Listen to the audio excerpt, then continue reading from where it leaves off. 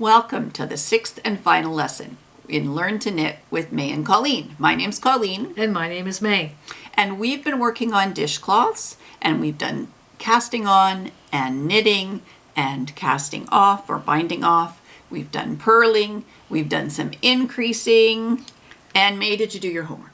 I did. I got my 3 rows on there, Colleen. Perfect. And so we're ready to go to learn how to decrease. Exactly. So just a reminder, we increased up to the point that we had 45 stitches. Then we did 3 rows straight. That was your homework. And so now, as May says, we're going to decrease. Now, we're going to be doing our decreasing at the beginning of the row, just like we did when we were doing our increasing, but we're going to decrease. So we knit the first stitch, so it's plain and simple, just like we know how to do. And then the next one is we're going to take these 2 stitches and we are going to knit them together. So what we have to do is really pretend they're one stitch. So we're going to go in and go up through both. So it's just like we're knitting. That would be if we were knitting 1 stitch, but we're actually knitting 2 stitches together. So I'm going to go in and grab both of those stitches, wrap it around, and bring it through and take it off. So we've actually decreased 1 stitch. Now our job is to knit to the end of the row, and then we're going to come back and do the same thing we just did. So I will knit to the end of the row. There's that row done. So this is your first row, Colleen. You right. Did that, and then I'm going to turn around and I do exactly the same thing. So every row you do is going to be the same. So I knit the first one. It's just a plain knit stitch. And then these 2 stitches will get knit together. So I go in to the second one from the top and then up through the top one, wrap it around. There you go. So I've made 2 stitches into one, and then I'm going to knit to the end of the row, and I just keep doing that. So knit 1, they call this a knit 2 together, and then knit to the end of the row. And what we need to do is we keep doing that until there are 5 stitches left on your needle. All right, we knit the first one, Colleen. Yeah, just like plain knit stitch. Knitting. Excellent. And then I knit the next 2 together. Right. Up through both. And just pretend it's like 1 stitch. Then I come through. Very nice. And now I just knit the row like knit till the end. I just keep going all the way to the end. All the way to the end. All right, I can do that. Now again, you don't have to watch me do this because it'll be a while. Here we are. We've decreased. We both have 5 stitches left on our needle. And so now we have to decrease a little bit more, and then we're going to cast off or bind off the stitches. Here is the process. You're going to knit the first 2 stitches. So 1 and then 2.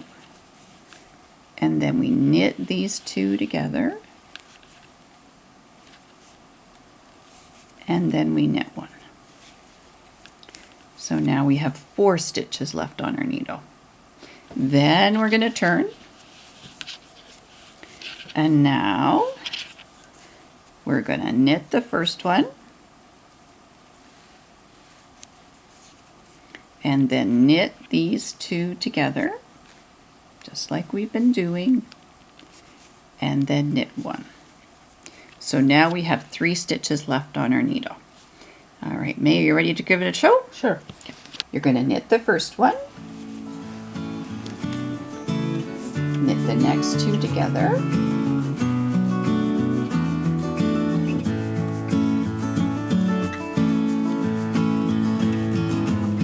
Very nicely done. And then knit the last one. So you should have 3 stitches left on your needle. And I do. That's always exciting when you have the right amount. That is fantastic. All right. So then what do we do from here? Now you're going to bind those off, and you can do that knitwise. Okay, can you show me that? Sure. So we're going to knit the first one and knit the second one, and this is where we take the stitch that's closest to your right hand over there. So now we're down to 1, and then we knit this take it around, over one, and we have one stitch left. You're going to knit the first stitch, and then knit the second stitch. Well done. And then you're going to take that stitch. Yep, the one closest to your right hand. Grab it. It's easy to, when you watch somebody else do it. And then you're going to take it over top the first one. That was smart that you tightened that yarn up. Okay. And then you're going to knit the next stitch. And then you're going to take, nope, don't turn it around. Okay. There you go. And then you're going to take that one over again. You're doing a great job. And you should have, here it comes, one stitch left. Beautiful. All right. Now we both have one stitch left on and we're just about done. So I'm going to pull to make that a little bit bigger, which you already have done. So I'm going to take my needle out. I'm going to cut my yarn carefully and then I'll hand you the scissors. Okay. I'll let you cut the end. Yep, perfect. And then you're going to grab that end and pull it through that loop and you are done. And then what is that? Yeah. So hold it up. Now this one, because of the way the increases and decreases, you got to give a bit of a pull to make it into the square. But I really like this one. Yeah, it's nice. It turned out nice. All right. So what we have to do is we have to weave in our ends. So we're going to do that. And then we're going to show you how we want to set these up to be given as gifts. May and I want to thank you so much for spending this time with us on our Learn to Knit series. We've had a lot of fun. And I learned to cast on, I learned to the knit stitch, I learned to purl, I learned to increase, I learned to decrease, and I learned to bind off and weave in the ends. So I want to thank you, Colleen, for all your patience and time, but I cannot believe Look at how beautiful it the is. finished product and all the things and the skills I learned in It's making amazing. those, and it's ready for gift giving. Exactly. So what I really like about this is it's not a big long scarf. You've got a present that you can give to somebody or Right. keep for yourself because you deserve a good present too. But you did an amazing job. And I'm just going to go through just to review. So we started off with our casting on and our knitting and our binding off and our weaving in the ends. So that took us through lessons 1, 2, and 3. Nice. All right, so that's the first thing we did. Then we learned how to purl. Purl, a lot of purling. And it does look similar. It does look similar to the knitting. Right. It's just that when you have a pattern, you have, I know how they say knit one, purl two kind of thing. Then you kind of get a different look. Right. It does. And it was definitely, it was very purposeful that you learn how to purl. And we also cast off purlwise, which is a good thing to do. And the whole too. idea was to learn these skills and all of this. Exactly. So that was that That one. was nice.